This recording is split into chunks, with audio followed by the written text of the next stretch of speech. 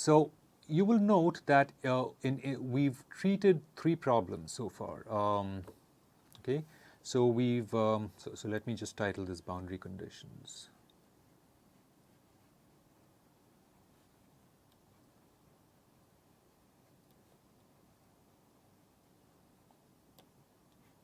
Okay, we have treated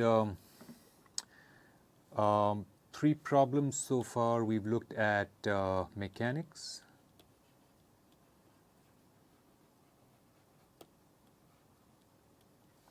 We've looked at heat transport.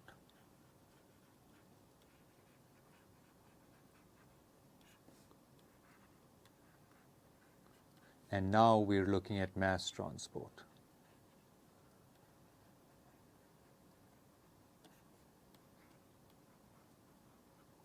All right. Now, in the context of mechanics and mass transport, we've discussed the boundary conditions in some detail. We didn't quite do that in the context of heat transport, but the treatment is exactly the same. And rather than spend time now going back to heat transport, what I'm going to do is also just mention the relevant boundary conditions for heat transport. Okay. Let me think of how I'm going to organize this. Okay, I'm going to draw a big table here. Okay, and the way I'm going to do this is to use up all of this slide and let me do this.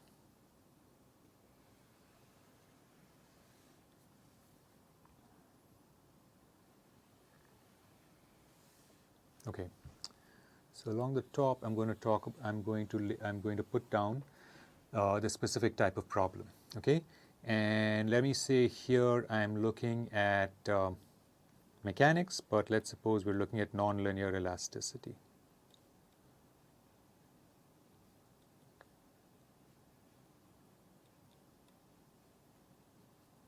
Okay, here I'm looking at mechanics, but fluids.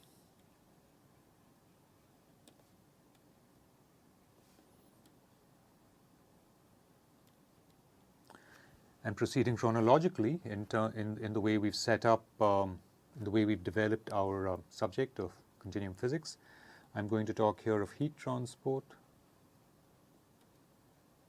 which we studied in the context of thermomechanics. And finally, I'm going to talk here of mass transport, which we are now looking at.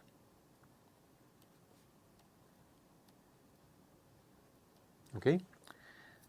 Now, definitely in the case of nonlinear elasticity, fluid mechanics, and mass transport, where we've spent some time talking about boundary conditions, you will recall, and you could do this by just going back and looking at those lectures, you will recall that we had in every case a boundary condition on what was the primary field in that problem.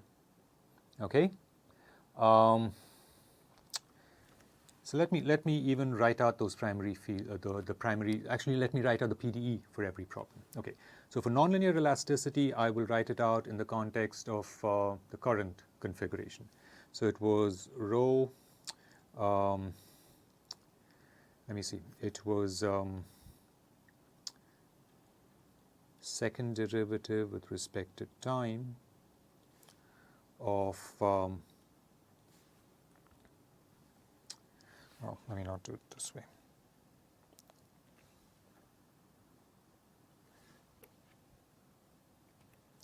Let me do it this way.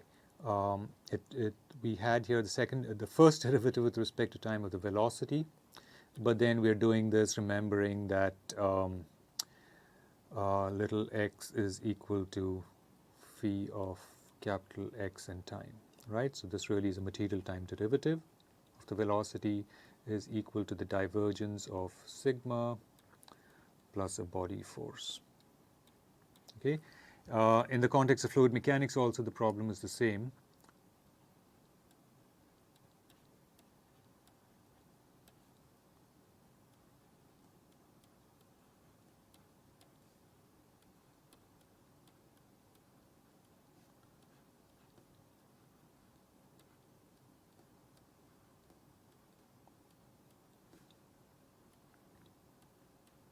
Okay, I'm writing out the momentum equations in these two cases. There is also the other equation, which is the mass balance equation, right? In these two cases, right? And the mass balance equation in the context of solid mechanics or fluid mechanics is the following. It is that the material time derivative of rho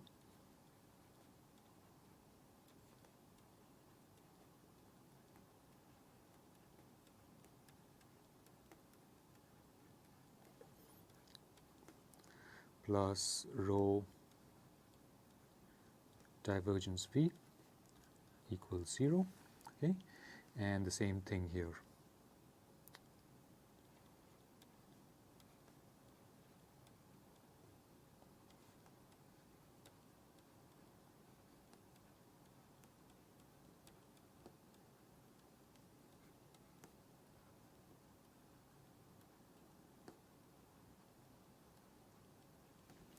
Okay, and then in the context of heat transport, we had the following equation.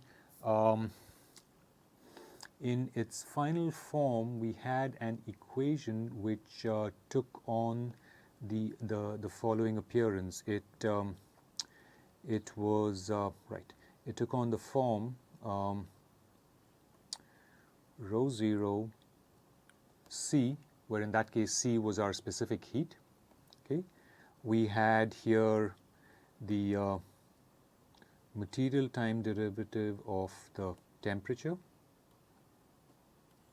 Okay,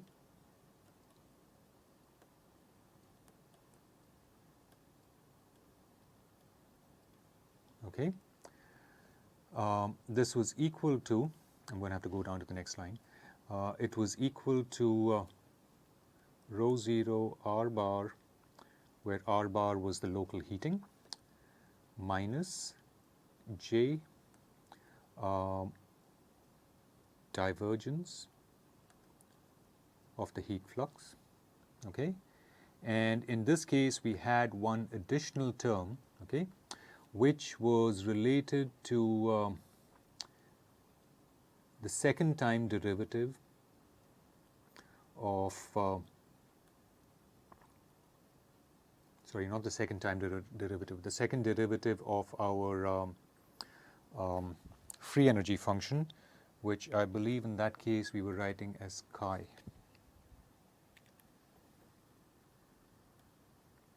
Okay, with respect to E and theta contracted with E dot. All right. And now finally in this case we have a simpler equation, which is just the following for our equation of mass transport.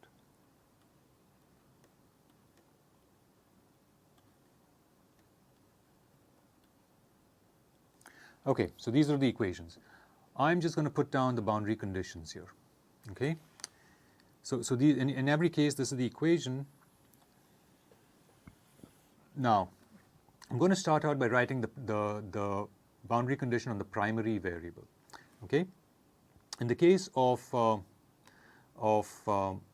nonlinear elasticity, though we've written the velocity as our primary variable, we know that we also say that the velocity is the partial time derivative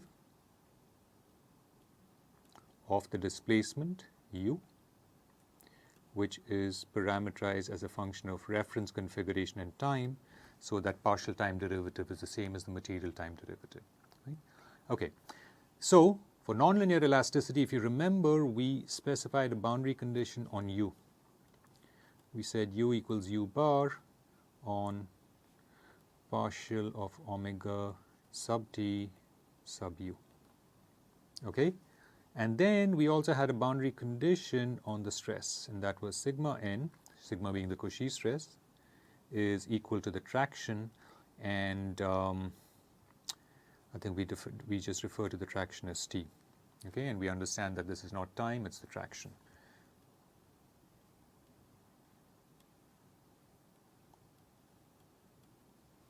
Okay, all right. Now in the context of fluid mechanics, because we did not relate the velocity to the displacement, and we talked about why that is not natural in the Eulerian setting, we have a boundary condition on V itself. Okay, so we have a condition V equals maybe V bar on the velocity boundary. And we saw how this works out in the context of our boundary value problem that we solved for fluids. Now, again, in the context of fluids, we could either look at the we could look at the total stress boundary condition.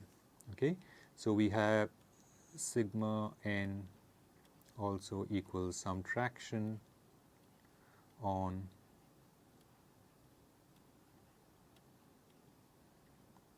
the traction boundary condition, on the traction boundary.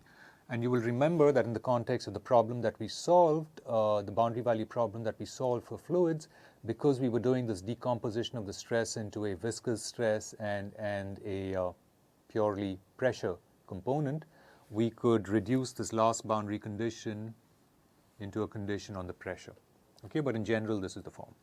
Okay, now I'm going to write down what we have for mass transport here. Okay, and then I'll come back to heat transport and just fill it in. For mass transport, we have C equals C bar on partial omega sub C, and we have minus J dot N equals J bar on the flux boundary. Okay. Now, we didn't talk about it explicitly in the case of heat transport, but likewise here we have a condition on theta, which is that theta equals theta bar on a part of the boundary where we are controlling the temperature. Okay, and that the heat flux minus Q dot N equals I think we called it Q naught, okay, on partial omega, we did this as partial omega T sub theta. So here too we would do partial omega T sub Q. Okay, in that context, when we were doing thermomechanics, we were indeed treating the different configurations due to deformations. Okay, so what we will observe is that in every case, if you look at this, at the four cases I have here for the boundary conditions, we have a boundary condition first on the primary variable. Okay, now in the case of the displacement problem, we call this the displacement boundary condition, we call this the velocity boundary condition, we would call this the temperature boundary condition, and we are calling this one the concentration boundary condition. So I want to demonstrate first of all that there is a sort of unity here, right? We always have a condition on the primary variable. Okay? Now, these kinds of conditions on the primary variable are universally called Dirichlet boundary conditions, after a French, I believe, mathematician.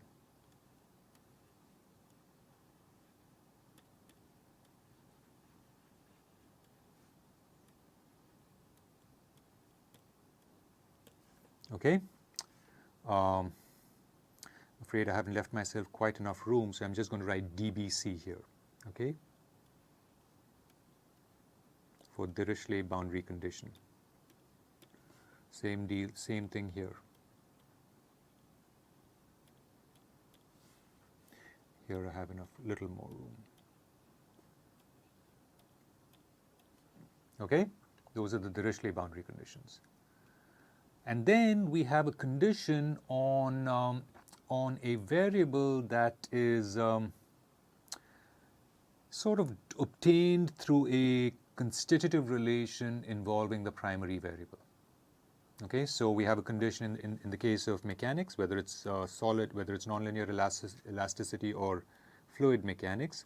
We have a condition on the stress, and we've seen that the stress is obtained in both cases as a condition, constitutive relation by first taking the displacement for nonlinear elasticity, computing its gradient, going to the deformation gradient, going to other strains, and then relating the stress to those strains through a nonlinear strain energy function. Okay? Same thing with fluid mechanics, right? We relate the stress either to the spatial velocity gradient if we have a viscous component of the stress, or if we have a component of the stress, we also have the pressure component, and we've seen variously how that can be related to the volume change and so on. Okay? In the context of heat conduction, you will remember we related the heat flux to the temperature gradient. Same idea, right? We take the primary variable, compute something involving the primary variable, its gradient also in this case, and relate the heat flux to it. Okay, that was the Fourier law of heat conduction. We're going to do something like that for the flux condition as well. We haven't yet put down a constitutive relation for our flux, but we're about to talk more about it. Okay? These kinds of conditions, which are boundary conditions which are applied on variables which are typically obtained through a constitutive relation, right, are universally called Neumann boundary conditions for a different mathematician.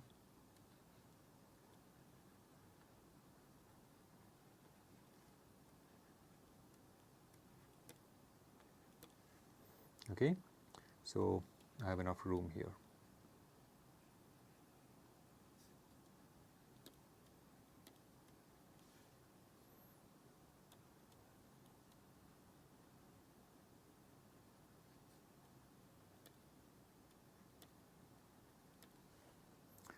And finally here too.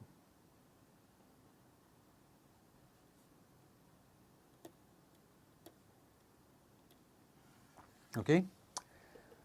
Now, when we studied in the last segment or the segment before that, when we looked at variational methods for nonlinear elasticity, in that variational setting, we also made the point that that what we are here calling Dirichlet boundary conditions on the displacement field, or we previously called displacement boundary conditions, we also referred to them as essential boundary conditions.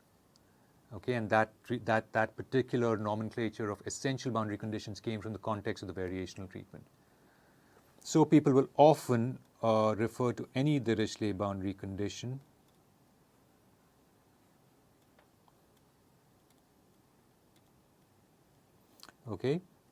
interchangeably as essential boundary conditions.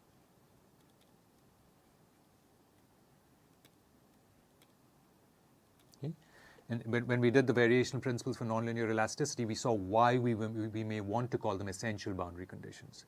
Okay, but this is natural. So sorry, this is not natural. This is how it's often done. So people will often just, instead of calling something properly a Dirichlet boundary condition, they will often call them essential boundary conditions, and that may happen in these cases also. All right. Also, in the context of that problem, right, in the context of our variational treatment of nonlinear elasticity, we observed how our boundary condition on the stresses that we've identified here as being called Neumann boundary conditions, we saw how they naturally arise from the variational treatment. So they are often also called natural boundary conditions.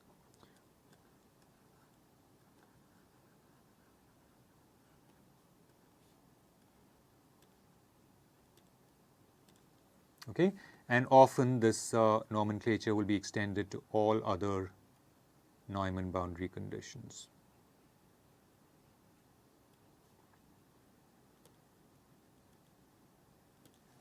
Okay.